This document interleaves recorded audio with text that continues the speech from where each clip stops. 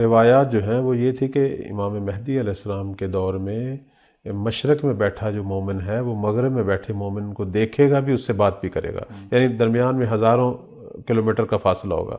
اب آج سے 50 سال پہلے لوگ سمجھ رہے تھے کہ یہ سارے کرامات اور معجزے ہوں گے، لیکن اب پتہ چل رہا ہے یہ علم ہے۔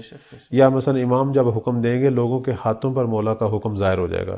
یہ پہلے لوگ اسے معجزہ سمجھتے تھے، آج ہم وسائل دیکھ رہے ہیں۔ ہو سکتا ہے ہم اس مثلا ٹیکنالوجی کے کسی ڈیوائس کے بھی محتاج نہ ہو، خود انسانی جسم جو ہے وہ ایز اے ٹیکنالوجی جو ہے وہ دیکھیں اب اس پہ بھی کام ہو رہا ہے۔ اس پہ بھی امام جو ہے وہ لوگوں سے سینکڑوں کلومیٹر دور ہوں گے، بات کریں گے، سب لوگوں کو سنے گی۔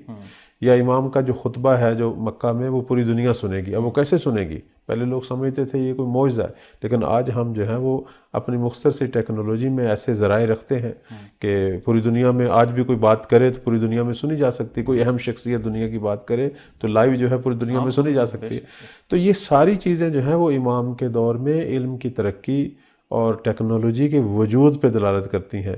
ہمارے پاس کوئی ایسی روایت نہیں ہے کہ جس سے یہ پتہ چلے کہ امام نے یہ سارا کچھ ختم کر دینا ہے، یا امام نے وہ پرانے پتھروں والے زمانے میں ہمیں لے جانا ہے، یا امام نے تلوار سے لڑنا ہے۔ اس پر بھی ہمارے پاس کوئی دلیل نہیں ہے۔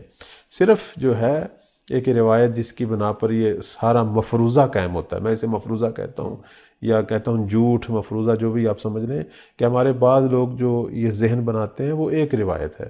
وہ روایت کیا ہے کہ مولا جو ہے وہ قائم بالسیف ہیں، امام جو ہے وہ تلوار کے ساتھ قیام کریں گے۔ اب یہ کس زمانے میں کہا گیا؟ یہ چھٹے مولا کے زمانے میں۔ چھٹے مولا کے زمانے میں سب سے بہترین اسلحہ جو ہے وہ تلوار تھی۔ اس وقت اسلحہ ہی تلوار تھی۔ اب امام نے اپنے زمانے کے اپنے جو مخاطب لوگ تھے ان کو یہ فرمایا تھا کہ مہدی جو ہے وہ قائم بالسیف ہے۔ مطلب کیا تھا؟ مطلب یہ تھا کہ قائم نے جو ہے وہ اسلحہ کے ساتھ قیام کرنا ہے، وہ ہماری طرح قیام نہیں کریں گے۔ وہ آپ کے لیے معلم، وہ ہادی صرف بن کے نہیں آئیں گے، معلم اور ہادی ہوں گے، لیکن ساتھ تلوار ہوگی۔ مطلب کیا ہے؟ مسلح قیام کریں گے۔ اور امام نے لفظ سیف کہہ کر واضح کیا ہے کہ مہدی کے پاس اپنے زمانے کا برتر اسلحہ ہوگا۔ ورنہ یہ تو آج بچہ بھی سمجھتا ہے کہ خود تلوار کی کوئی اہمیت نہیں ہے ایک بندوق کے سامنے۔ تو اگر ایک بچہ اس بات کو سمجھ رہا ہے تو امام نہیں سمجھ رہے۔ یعنی اس روایت سے اصل میں ہم نے یہ دو مطلب لینے تھے۔ اس لیے تو کہتے ہیں کہ حدیث پڑھنا ہنر نہیں ہے، حدیث کو سمجھنا۔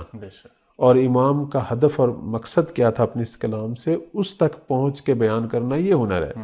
اس لیے ہم دیکھ رہے ہیں کہ ہمارے جو علماء ہیں وہ کہتے ہیں کہ آپ کو حق نہیں ہے کہ آپ اٹھ کر ایسے ہی کوئی روایت پڑھ دیں، بلکہ پہلے جو ہے خود علم حدیث کو پڑھیں، خود اس روایت کے یہ صحیح بھی ہے نہیں صحیح، پھر فہم حدیث کے موضوع کو پڑھیں، پھر آئیں اور حدیث کے حوالے سے لوگوں سے گفتگو کریں۔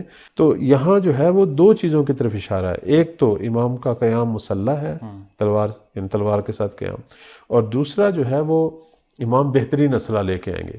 اس لیے ہم دیکھ رہے ہیں کہ مولا 7 یا 8 مہینے میں پوری دنیا پر جو ہے وہ چھا جائیں گے ان کے ناصر۔ تو اس کی وجہ یہ ہے کہ مد مقابل جتنے بھی بڑے ممالک چاہے سپر پاورز ہوں گی، ان کے پاس جو اسلحہ ہوگا وہ 2 حرف کے علم کا نتیجہ ہوگا، اور جو امام مہدی اور ان کے ناصروں کے پاس جو کچھ ہوگا وہ 27 حرف کے علم کا نتیجہ ہوگا۔